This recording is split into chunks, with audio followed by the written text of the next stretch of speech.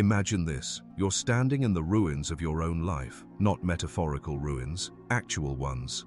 The love you thought would last forever left without warning. The career you built for a decade vanished overnight in a silent email. Your closest friendships dissolved like sugar in water, slow, sweet, and then gone. Around you, fragments of who you were lie scattered on the ground. Titles, identities, promises, dreams, all reduced to dust. And for a moment, the silence is unbearable. Not because it's loud, but because it makes you realize no one is coming to fix it. You bend down and pick up a broken piece, a shattered belief about how the world should work. It's jagged and cold. Then another. The story you told yourself about what success should feel like. Then another. Your childhood memory of what love was supposed to be. How do you rebuild when everything you once were no longer fits who you are? The world doesn't prepare you for this moment. Not really. It teaches you how to win, how to rise, how to chase, always chase, but never how to sit in ruin and not fall apart. It doesn't teach you that sometimes the collapse isn't the failure, it's the invitation. You were taught to fear brokenness, that cracks meant weakness, that sadness meant you were doing life wrong, that loss was a punishment rather than a passage. But here, surrounded by the wreckage, you begin to feel something quietly radical. A question emerges, not from your mind, but from somewhere deeper, somewhere ancient. What if you're not broken at all? What if this chaos, this grief, this disorientation is the beginning of your real life? We live in a culture obsessed with wholeness. Smooth lines, polished surfaces, seamless stories. Instagram smiles, curated narratives, neatly packaged identities. We're told to move on, to stay positive, to get back out there. But no one talks about the aching in the chest at 2 a.m., the ghost conversations you rehearse in your head, the shame of falling apart in a world addicted to pretending it's okay. So we hide our ruins. We stitch smiles over open wounds.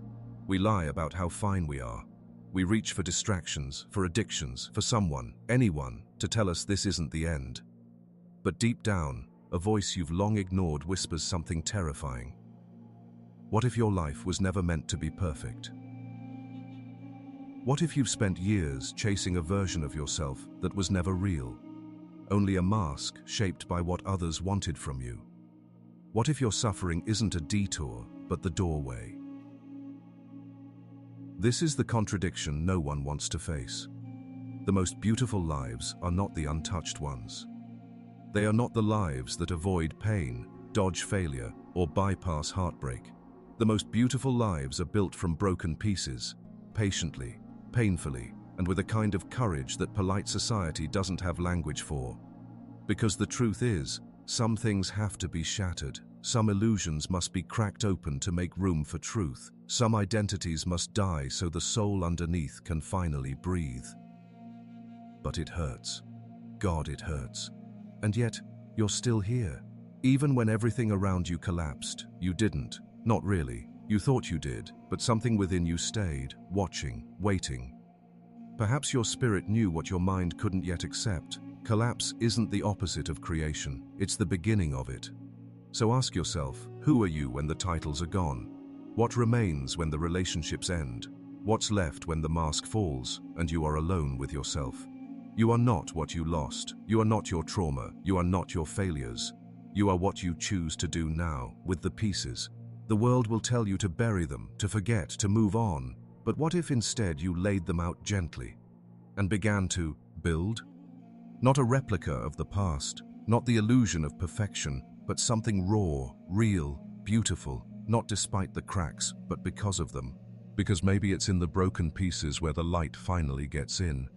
And maybe, just maybe, the life you've been searching for, your true life, begins here. In the ruin, in the silence, in the courage to look at your pain and ask the most important question of all, what now? You've stood in the wreckage, you've tasted the silence, but now comes the harder part, the question behind the question. Not what do I do with the broken pieces, but why did they shatter in the first place? Why did everything you built fall apart the moment you stopped holding it together? It's tempting to blame circumstance, bad luck, betrayal, the economy, a broken relationship, a single moment that set everything into motion. But beneath that, there's something older. There's a deeper architecture within you, shaped by forces you didn't choose, your upbringing, your culture, your psychology, the very way your mind was wired to interpret what life should be. Here lies the hidden problem. You were taught to build your identity out of what pleases others, not what makes you whole. You were raised not to be yourself, but to perform a self acceptable to the world. From a young age, you absorbed the unspoken rules. Be agreeable. Don't cry too much. Don't dream too wildly. Stay inside the lines. Smile when you're hurting. Success means achievement, not fulfillment. Love means sacrifice, even if it costs you your truth. Over time, you became fluent in the language of masks. You became a character in someone else's story. Your parents, your culture, your religion, your society. You forgot that the story was never yours to begin with. Carl Jung wrote, "The privilege of a lifetime is to become who you truly are, but most never take that journey." Why? Because society teaches you that to become yourself, you must betray others. To be authentic, you must be selfish. To face your darkness, you must, at risk being unloved. And nothing terrifies the human psyche more than the idea of being unloved, cast out from the group, alienated from comfort, alone in the wildness of your own becoming. So instead, we build careful lives, lives made of quiet desperation, perfectly curated routines, shallow victories that look good on paper but feel hollow inside. We chase happiness the way a dog chases its tail, frantically, foolishly, without ever understanding why it always slips away just as we get close. Friedrich Nietzsche once said, "He who has a why to live can bear almost any how." But what if your why was never truly yours? What if you inherited it from your parents, your peers, your idols, without ever questioning its cost? Here lies the philosophical root of your suffering. You've been told that a good life is one without pain, when in truth it is pain that shapes the soul. You've been taught to seek comfort instead of meaning, validation instead of truth, security instead of freedom, and so your life became an endless loop of coping mechanisms, shallow relationships, spiritual emptiness. When things break down, we think the universe is punishing us. But what if the breakdown is the blessing? What if it's the one moment when the veil drops and you're finally forced to confront the deeper questions you've spent years avoiding? Arthur Schopenhauer believed that much of human suffering stems not from reality itself, but from our expectations of how reality should be. We expect life to be linear. Effort leads to reward. We expect love to be unconditional. If we're good enough, we'll be cherished. We expect happiness to be sustainable. If we get what we want, it will stay. But none of that holds in the real world. Pain isn't a glitch in the system. It is the system. We weren't meant to avoid suffering. We were meant to transform it, but you can't transform what you refuse. Eat or touch. So, we numb. We scroll. We consume. We self-medicate with ambition, sex, distraction, food, codependency, or spiritual bypassing. Gabor Mate, an expert in addiction and trauma, says, "The question is not why the addiction, but why the pain." And here's where the damning contradiction reveals itself. You were hurt long before your life fell apart, but you built your life in a way that helped you ignore it. Now, the cracks have simply revealed the truth, that your foundation was never solid, that the mask was never sustainable, that the way you defined success, love, and happiness was borrowed, not born. Jean-Paul Sartre believed that human beings are condemned to be free. Freedom sounds liberating until you realize what it costs. The death of all illusions, the weight of full responsibility for your life, the stripping away of comfort, excuse, and denial. To be free, truly free, is to admit that no one is coming to save you, that your pain is your own, that your transformation must begin with a painful, sacred kind of honesty. But what does this mean for the broken pieces? It means they're not mistakes, they're mirrors.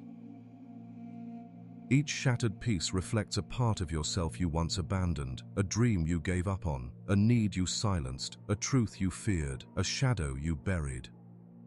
Carl Jung reminds us, until you make the unconscious conscious, it will rule your life and you will call it fate. So maybe this collapse you're enduring isn't misfortune, it's fate trying to wake you up, trying to return you to yourself, trying to say, "Here, This is who you are beneath the mask, beneath the performance, beneath the life you thought would save you. But it's terrifying, because once you see the truth, you can never unsee it. So ask yourself, are you willing to face the discomfort of shedding everything false in order to finally build something real? Because if not now, then when? If not you, then who? The beautiful life you crave isn't waiting on a mountaintop, it's buried inside the very PQ. And you've spent your whole life avoiding. The pieces are not the problem. They are the beginning. The next step is not easy, it never is. But now that the illusion has shattered, you can no longer pretend. The only question left is, will you turn away? Or will you go deeper, into the darkness, into the raw, brutal truth of your own soul, and finally begin to rebuild?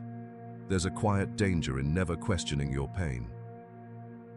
Not the sharp kind, the immediate pain of loss or failure, but the dull, invisible ache that lingers under the surface of a life carefully arranged to look functional. It's the ache that creeps in during moments of stillness, when the world finally goes quiet and you realize you no longer recognize yourself. It's easy to overlook. After all, you're still showing up. You go to work, you pay your bills, you laugh at the right moments, you perform happiness like a well-rehearsed role. But beneath the costume, something is dying. A part of you is suffocating inside the persona you built to survive. This is the unseen consequence of avoiding your broken pieces. They don't disappear, they metastasize. They become symptoms you can't explain. Chronic fatigue, anxiety, numbness, the inability to feel joy without distraction. They become patterns that repeat. Relationship sabotage, fear of intimacy, imposter syndrome, self-hate disguised as perfectionism. You can fake stability for a while, but the soul is not fooled, and eventually it demands to be seen. We often mistake functioning for healing. We think if we can move on, we must be okay. But trauma doesn't vanish with time. It waits. It waits beneath the surface, shaping your reactions, your thoughts, your choices. It builds walls inside you, silently dictating how close you'll let someone get, how far you'll let yourself dream, how deeply you'll allow yourself to love. And so you become half alive, safe, perhaps, but estranged from the deeper currents of meaning.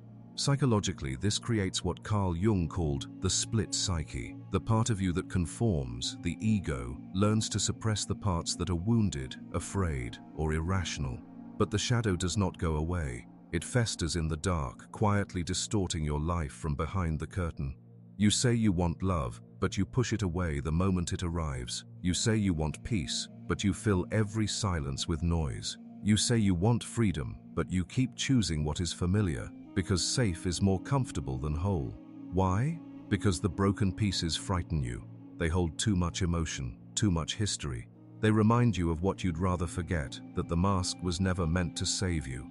And here's where society colludes with your avoidance. We live in a culture that prizes surface over substance, smiles over scars, achievement over authenticity. You're praised for getting over things quickly, for being resilient in the way a machine is resilient, for not making others uncomfortable with your sadness. But resilience is not the absence of vulnerability. True resilience is forged in the fire of facing your brokenness and choosing to feel anyway. Our cultural obsession with positivity has become pathological. It teaches us that sadness is weakness, that anger is dangerous, that grief must be hidden. So we become emotionally illiterate, incapable of holding our own sorrow, let alone another's. And this emotional suppression doesn't just harm individuals, it shapes entire societies. We elect leaders who mirror our denial, those who promise security instead of truth. We build institutions that reward numbness, corporate systems that prioritize productivity over people. We medicate discomfort, commercialize healing, and call it wellness. But what does all this cost us?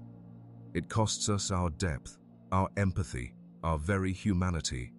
In numbing ourselves to our own pain, we become blind to the pain of others.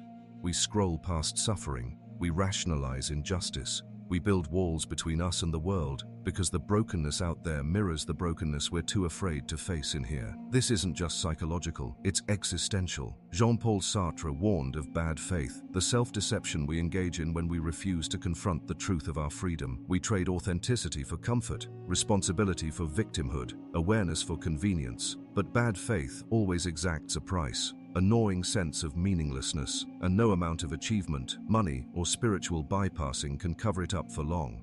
Eventually, the pieces return, sometimes as panic attacks, sometimes as addiction, sometimes as a quiet whisper at 3 a.m. that says, "This isn't who you are." The longer you ignore the pieces, the more fragmented you become. You start to forget what joy feels like when it isn't borrowed from someone else. You start to distrust your own instincts because they've been silenced for so long. You lose the ability to distinguish your true self from the version of you shaped by fear. But here's the thing about broken pieces. They are not just remnants of pain. They are clues. They are maps back to the parts of you that were never truly seen, never fully loved, never allowed to speak. And each time you pick one up, no matter how jagged, you reclaim something that was lost. You reclaim the child who was told to be quiet, the dreamer who was told to be realistic, the lover who was taught that vulnerability equals danger, the creator who buried their gifts because the world mocked their sensitivity. Every piece you face is a reunion with a part of yourself you had to abandon to survive. And survival was necessary. Make no mistake, but you were not born to survive. You were born to live, fully, fiercely, unapologetically. But first, yet you must see the cost of avoidance. You must understand that the broken pieces aren't the problem. They're the proof that you once had the courage to feel. And if you can feel again, you can live again. Not just exist, not just cope, but truly, viscerally, soulfully live. So let the pieces haunt you. Let them speak. Let them show you where you went missing from your own life. Because the moment you stop running from them is the moment your real journey begins. Not the journey to fix yourself, but to reclaim yourself, and the world will resist it. It will tempt you back into numbness, into compliance, into the safety of pretending. But you'll know better now. You'll feel it. The quiet war inside you, the one between who you were told to be and who you truly are. And that's the final unseen consequence. Once you glimpse your true self behind the ruins, you can never go back. You've tasted something too real to unknow. You've seen that a beautiful life isn't one without cracks. It's one that is built from them, with eyes wide open, hands covered in dust, heart still beating despite it all. Now will you dare to pick up the next piece? You've seen the pieces, you've felt the silence, heard the whispers from the places inside you that no one else has ever touched. Now comes the moment that changes everything. The moment of rebellion. Not the loud kind, not the kind the world praises, the kind that throws fists or breaks windows. No, the rebellion you need is quieter, but far more dangerous. It begins the moment you decide to stop running. It begins when you look your own pain in the eye and whisper, "I will no longer betray myself to belong to a world that doesn't see me." This is the real revolution, not against governments, not against authority, but against the internal systems you inherited. Rules written in your psyche by people who couldn't love you the way you needed. Beliefs etched into your mind by cultures that feared your power. Voices inside you that say, "Stay small, stay silent, don't you dare break a pattern." To break free, you must first break the trance. The trance that tells you comfort is more important than growth. That pain is a sign something's gone wrong, rather than something trying to wake you up. That your worth is tied to your productivity, your appearance, your ability to meet others' expectations. You weren't born believing those things. They were taught to you, through reward and punishment, praise and rejection. You learned to fragment yourself to survive in a world that often punishes wholeness. But you are not here to be a good soldier in someone else's war. You are here to remember yourself, to gather every disowned part of you, the afraid, the angry, the grieving, the lost, and bring them home. Rebellion begins there, with radical acceptance, with the audacity to say, "Even if no one else sees this version of me, I will." Carl Jung called this integration, the process of reclaiming your shadow, not to get rid of it, but to make it conscious, to see that your anger is not evil, it's a boundary that was never honored, that your sadness is not weakness, it's a wound that was never tended to, that your fear is not failure, it's a survival instinct born of a life that demanded too much, too fast. To integrate is to rebel, because it means you are no longer willing to amputate parts of yourself to make others comfortable. But integration is not easy. It means grieving the fantasy life you were promised. It means letting go of the roles that once gave you praise, but left you empty. Think of it like this. You've spent your life building a beautiful house. It had clean lines, nice furniture, big windows, but over time, you realized it wasn't built for you. It was designed by everyone else's expectations. So now, you must do something terrifying. Burn it down. Not with violence, but with honesty. You must look at every room, every brick and ask, was this built from love or fear? Is this who I am or who I was told to be? Then comes the rebuilding, and this time you build slow, deliberately, truthfully. Even if it looks messier, even if no one applauds, you begin to rewrite your story, not the one you perform, but the one you live. This is the rebellion of authenticity, and it has rules of its own. Feel deeply, even when it hurts. Your emotions are not inconveniences, they are information. Every tear, every flare of rage, every moment of numbness, they are signals. Listen, don't medicate them into silence. Don't rationalize them away. Hold them like sacred messages from your soul. Stop apologizing for your boundaries. You are allowed to say no, to walk away, to disappoint those who demand your compliance. You are not required to destroy yourself to keep someone else comfortable. Embrace contradiction. You can be strong and still cry, brave and still afraid, healing and still broken. The real you is not a single thing. You are a galaxy of parts, some still burning, some just forming. Don't reduce yourself to what others can easily define. Practice radical honesty, with yourself first. Don't pretend you're okay when you're not. Don't chase positivity to avoid your truth. Say what is real, even if your voice shakes. The truth will ruin your illusions, but it will save your life. Choose depth over speed. In a culture addicted to instant results, take the slower path, the inner path. Transformation isn't linear, it's a spiral. You will return to the same wounds again and again, but each time with more clarity, more strength, more love. Let others leave. The more you become yourself, the more some people will walk away. Let them. Their absence is not a loss. It's space being made for the ones who can love you without conditions. Trust that what is falling apart is no longer aligned. This is hard, so hard. But if a job, a friendship, a persona is unraveling, ask yourself, what am I cleanos? Jing to that no longer fits who I am becoming. The universe will not let you keep what poisons your becoming. History is full of those who rebelled by becoming whole. Nietzsche challenged every structure of morality to remind us that true strength comes not from obedience, but from creating your own values. Viktor Frankl survived the horrors of Auschwitz and still believed that meaning could be found in suffering. These were not men of comfort, they were men of inner revolution. And now, it's your turn. To break free means to stop asking for permission to exist as you are. It means to write your own sacred texts, not in books, but in the way you live, love, and rebuild. There is no manual for this, no roadmap, only the compass of your own truth and the courage to follow it through every storm. This is not the easy path, but it is the real one. So let the rebellion begin with the smallest act. Pick up one broken piece, one memory you've avoided, one truth you've silenced, one dream you've buried.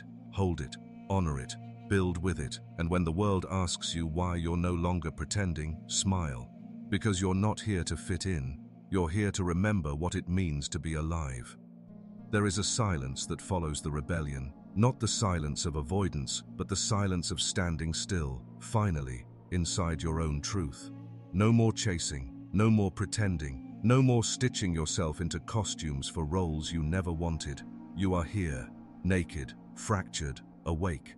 And in this silence, something begins to rise. Not a thought, not even a feeling, but a presence. Something deeper than words. It comes slowly, like dawn, the soft realization that everything you thought was your ruin was the beginning of your becoming. This is the final truth. A beautiful life is not what you build to avoid pain, it's what you build with it. You were never meant to become someone perfect. You were meant to become someone real. And realness, rawness, humanity, these things do not come from perfection. They come from breaking, from unlearning, from falling into the cracks of your own soul and discovering that even there, even in the darkest places, you were never alone. You carried something sacred into the darkness, your capacity to rebuild. No one teaches us this, because no one profits from a person who is whole. The world needs you to stay afraid, small, divided. But the deeper truth is, there is no version of you more powerful than the one who has faced their own darkness and chosen to rise anyway. And rising doesn't mean erasing the pain. It doesn't mean getting over it. It means weaving it in, stitching the grief, the rage, the longing into something new. Not a mask, not a performance, but a life. One built with trembling hands and wild hope. One that says, yes, I have been broken, but I am not destroyed. I am not ruined. I am reshaped. Because the truth is, you will never be the person you were before the shattering. You shouldn't be. That person was still sleepwalking, still trying to fit into shapes too small for their soul, still believing they had to earn their worth. But now, you know better. You've seen what lives on the other side of collapse. Clarity, depth, freedom. You know that peace is not the absence of pain. It's the presence of truth. It's being able to sit in your body, in your history, in your contradictions, and not flinch. It's being able to say, this happened to me, and I am still here. This broke me, and I grew new roots. This ended, and I began. You've stopped searching for the ideal life, the perfect plan, the clean narrative. Now, you're building something different, a life that is textured, messy, sacred, a life that honors all of you, not just the polished P-ware arts, but the shadow too. You realize that pain was never the enemy. It was the teacher, the portal, the sculptor of your strength.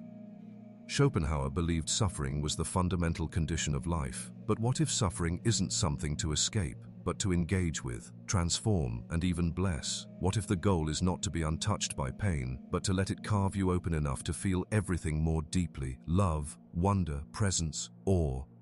This is what makes a life beautiful. Not that it avoids scars, but that it wears them as art. You are a mosaic now, a stained glass window made of all your fractures. The light comes through the cracks, not despite them, but because of them. Think of the Japanese art of kintsugi, where broken pottery is mended with gold. The fracture lines aren't hidden, they're illuminated. The object becomes more valuable because of what it endured. It tells a story, not of fragility, but of resilience. You are no different. Every broken piece inside you is an invitation to turn shame into wisdom, fear into fire, loss into longing for deeper connection. You've begun to understand something no textbook could teach you. Pain is the language of transformation, and when you listen to it, truly listen, it doesn't destroy you. It delivers you to your essence, to the person you were before the world told you who to be, to the part of you that never stopped believing you were more than what happened to you. This is the final realization. There was never anything wrong with you, only with the story you were given about what it means to be human. You were told to aim for happiness, but what you really needed was meaning. You were told to be strong, but what you really needed was space to fall apart and be held. You were told to move on, but what you really needed was to move in, into the depths, the cracks, the truth of yourself. You are not your failures, not your pain, not your survival strategies. You are what emerges when all those fall away, what remains after the fire, what rises from the ash. And that is where beauty lives. Not in perfection, but in presence. Not in ease, but in honesty. Not in the avoidance of suffering, but in your ability to say, this hurt me, it nearly killed me, but it also brought me home. A beautiful life isn't waiting somewhere out there. It's being built right now, from the very pieces you once tried to throw away. So gather them, all of them, not just the neat ones, not just the ones others approve of. Gather the wild ones, the tender ones, the jagged ones, and build. Build something only you could create, a life no one else could live, a soul no one else could imitate. Let your wounds become windows. Let your past become poetry. Let your brokenness become the blueprint for something extraordinary. And if anyone ever asks how you made it, how you created a life so beautiful, so true, so unmistakably your own, look them in the eye and say, I built it from the pieces they told me to hide.